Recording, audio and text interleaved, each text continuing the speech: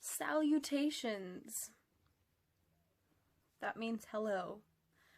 Today I'm going to be showing you the process of how I made my Elsa transformation dress. I was going to film the grand reveal and post that, and I was going to do that like several weeks ago. However, this is the current state of our backyard. There's a little slide there.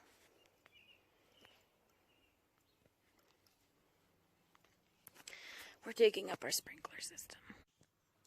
And because of that, I am not able to get really good pictures of my dress because there is dirt and roots and shovels everywhere, so we're going to have to wait. So 1,000 pardons, my dear fans. We are going to have to put off that video for a while. But at least today, we can see a sneak peek of what the dress is going to look like. So without further ado, here is the results of 5 months of terror and fabric and nonsense. The first thing I did was I went to the thrift store and I found these shoes which looked like they would be perfect. However, they were a bit too small for me. So I settled for a pair of small black heels and they only cost $6 for me. And my plan was to paint them and bedazzle them to look like Elsa's shoes. Here is a quick before image just so that you can kind of get the idea of what I'm working with. Next, I cut out some paper pattern just to kind of get that icy snowflake shape on her shoe, and I just taped it to the shoe and played around until I was happy with the design. Next, I cut that snowflake pattern out of faux leather and lined it with an interfacing. I also put a piece of wire in between the layers just to kind of bend them to get that curvy shape, and then I painted it with a mix of pearlescent white and blue paint. Next, I used a mix of teal and white glitter, and then I just applied it all over the shoes. I had to seal each layer with a coat of spray varnish, just so that it wouldn't shed everywhere, because that's really annoying. And here is what they look like after the glitter has been applied. And for some reason, I didn't get footage of this, but then I just took some, I don't know what they're called, like rhinestones, and then I just glued them all over the shoes. I mostly just did them on the front and the back of the heel, and here is what they looked like when they were finished.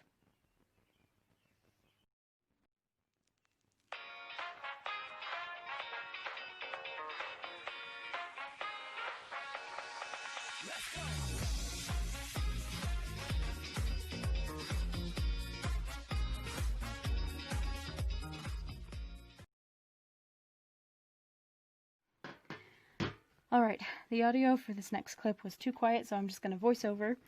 So, here I am just explaining the petticoat. So 5 months ago, I made this 5 months ago, so there isn't much footage of the process of me making it, so I was just explaining how I made it in this clip. So, the whole petticoat is made out of organza, except for the polyester lining waistband at the top, and it has 2 layers, and the first layer underneath has a ruffle on the bottom that goes halfway around the front.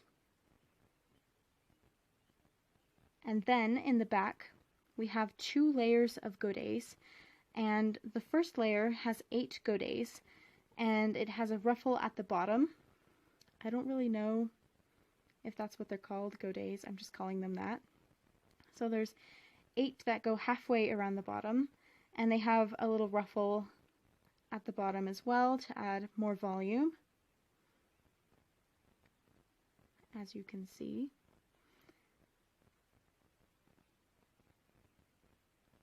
And then there is a second layer of godets, and there are only 3 this time, but they do have another ruffle, and the purpose of these layers is just to give the back a little bit more volume to kind of create an A-line shape in the dress. Then we have this second layer, which is also a circle skirt, and it's got a ruffle that goes all the way around the entire petticoat. And the petticoat is made up of different shades of blue and teal to give a pretty ombre, and it doesn't really show in the final dress, but it looks really pretty.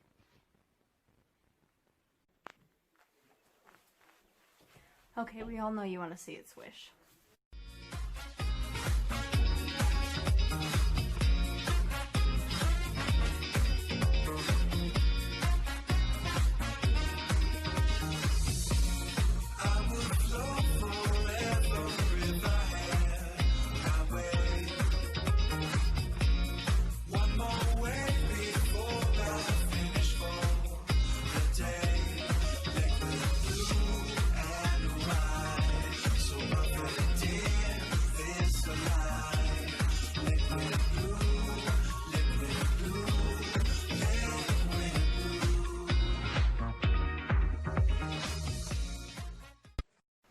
You're welcome.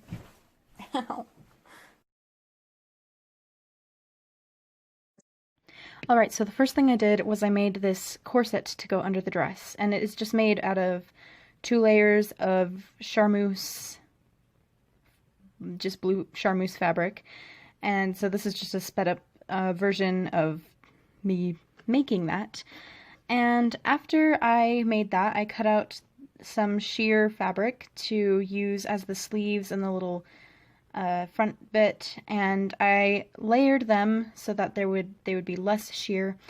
And then I created this the dress to go over that, and it is made out of 3 layers. There's a Charmuse layer, a teal organza, and a baby blue organza. And I just basically made a A-line fit and flare type gown with that's sleeveless at the moment, but it will be sewn to the corset and the sleeves later on. And so this is just some pictures of draping and all that. And then after I sewed it, I put in a zipper in the back. I was going to do corset laces, but then it turned out there wasn't enough space for corset laces, so I just did a zipper.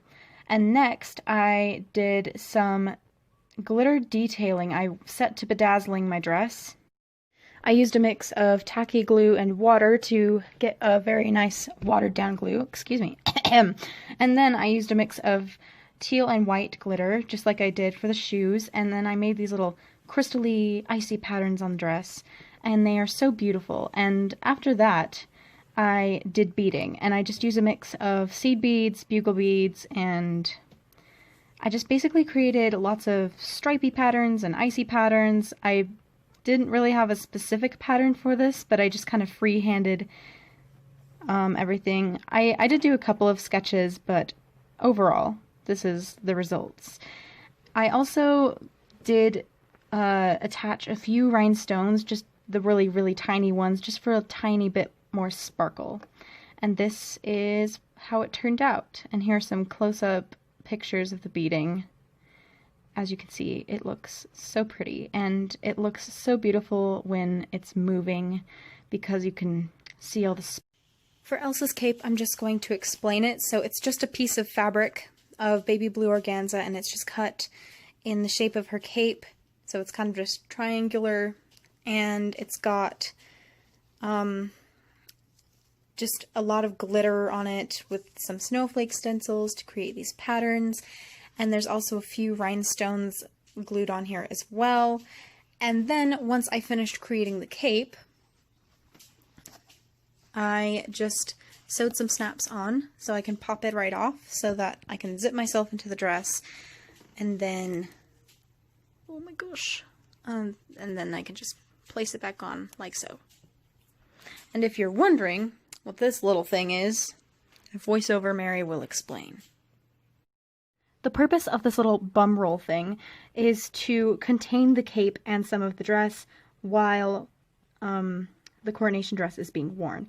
So it is attached at the waist with these little hooks and eyes, and inside you can see there's just the cape. It's rolled up, and it's pretty straightforward. It's basically just there to keep the cape from dragging out from underneath the coronation dress, and that's it.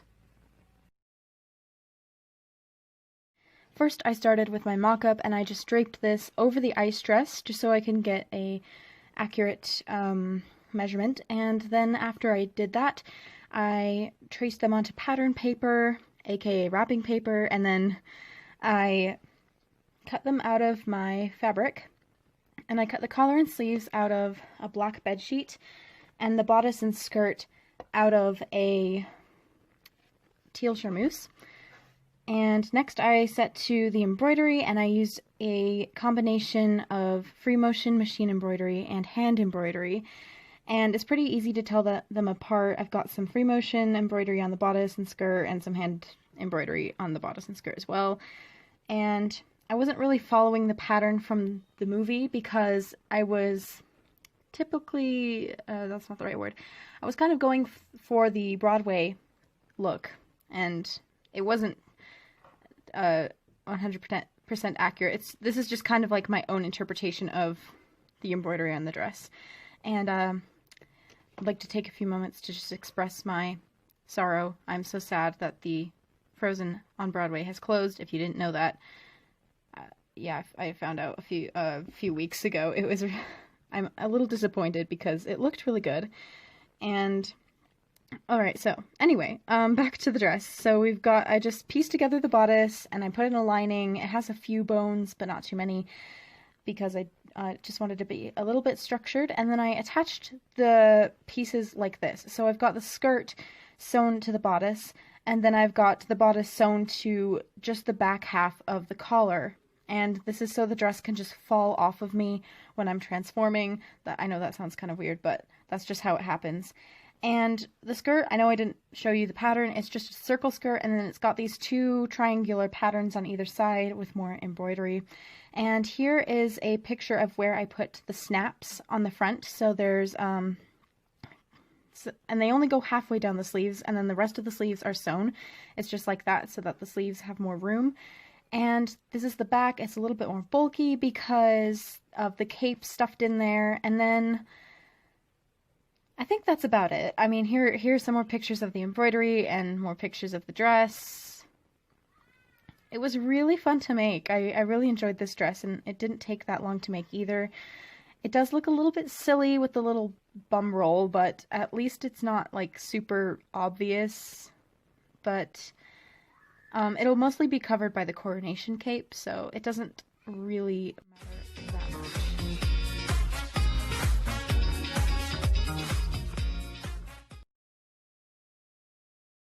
Here's a drawing of how I cut the fabric. So instead of cutting it in half, I cut a little arrow on the end so that I could shape the cape into the kind of shape that it looks like in the movie. And then there's the rest off the end, and I cut that in half, and I pieced it together with those two pieces on the side so that the cape would have more width. Here is how I sewed it together. I hope you really like my little doodles. And the cape is lined with a polyester silk lining, and it is, I believe the color was like, I think the color of the lining was plum, and the color of the charmuse I used for the cape is magenta. I also flipped my magenta fabric to the more muted side because I wanted it to look a little bit different, so it didn't look like it was made from the same fabric as the coronation dress, even though it is. I did cut 12 inches off my 5 yards of fabric to make the little collar at the top, and the collar is pretty simple. I just draped it on myself, and I put 2 darts in at the shoulders to make it more fitted. There's also an extra layer of interfacing in there because the cape is quite heavy. It is actually pretty heavy, so it needs that extra support. And I just pleated the cape at the top to fit it to the collar. I think I could have done a little bit better, but it is what it is. Here's some close-up shots of the embroidery, and I also used free motion machine embroidery for decorating the cape as well. And that the little emblem, the Arendelle emblem in the middle, is cut from the silk lining as well, so I didn't have to fill it in with more stitches.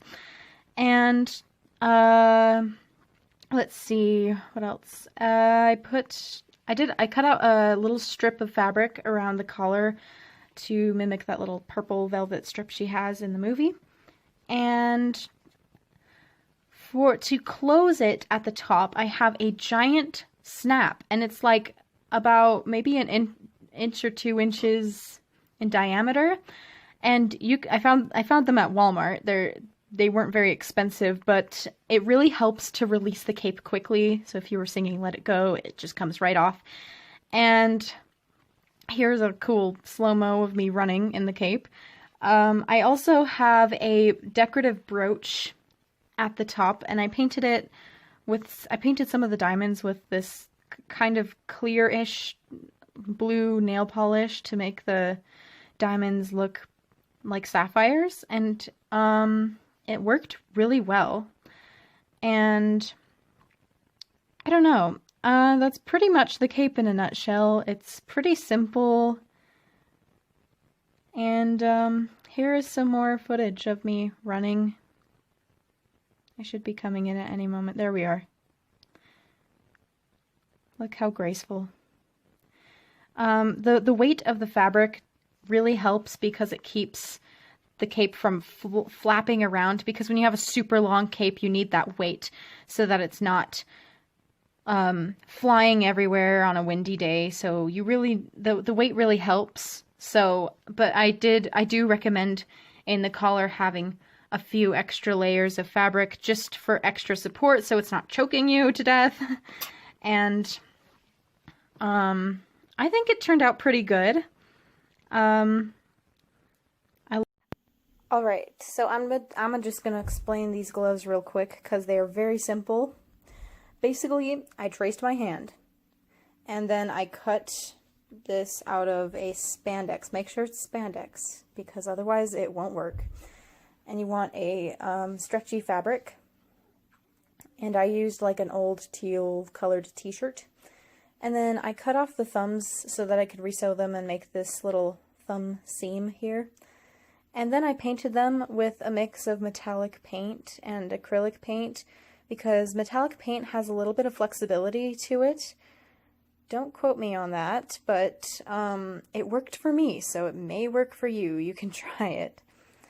And you can just use fabric paint if you want. So here is a close-up of the design.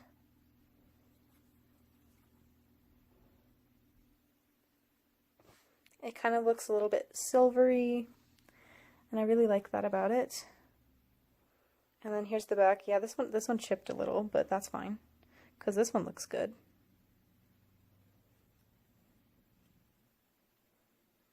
And those are the gloves.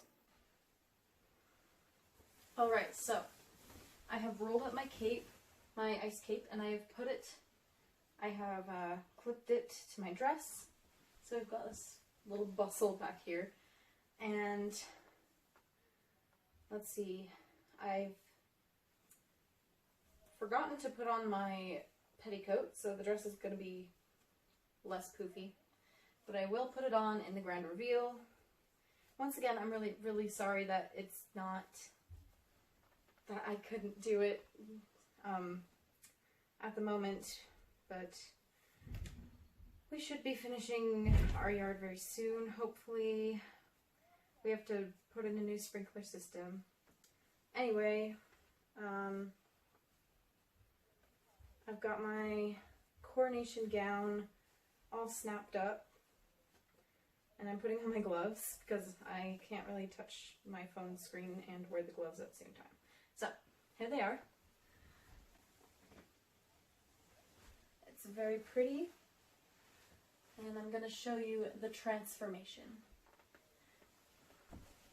So, if you were in a play, what you would do is, Anna would grab one of the gloves, and then you would take the other one, and I'm just going to loosen the fingers. And if you want to get it off in one fell swoop, you're going to have to loosen them a bit, put them all together like this, grab them, and let it go. Let me pick that up.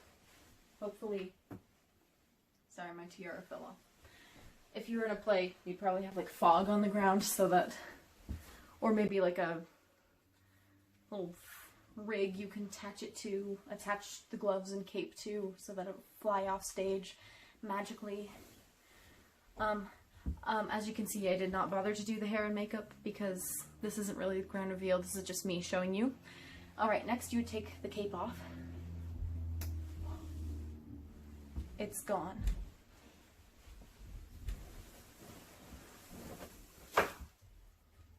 I have these two wrist hooks. I'm just going to take this off. This just makes the sleeves more fitted. So we'll take these off. And then, for the grand reveal, here we go. And then you'll shake that off. I forgot the crown. Let it go, let it go.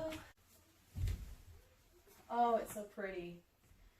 This is probably one of my most favorite dresses because of how gorgeous it is. The beads do keep coming off though, because they're just that way. So I've got a few missing from my sleeve, and that's why I took lots of pictures of my ice dress to keep, so that if the beads fall off and I need to rebead it, I know where they go. So, I mean, I guess you could play around with different designs, but yeah. This is probably one of my favorite dresses. Well, that was it. I hope you enjoyed this little walkthrough of how I made my dress. I hope to get really good pictures of it soon and share with you. I promise it'll be so much better. And I thank you for watching, and as always, have a great day, and don't forget to be happy.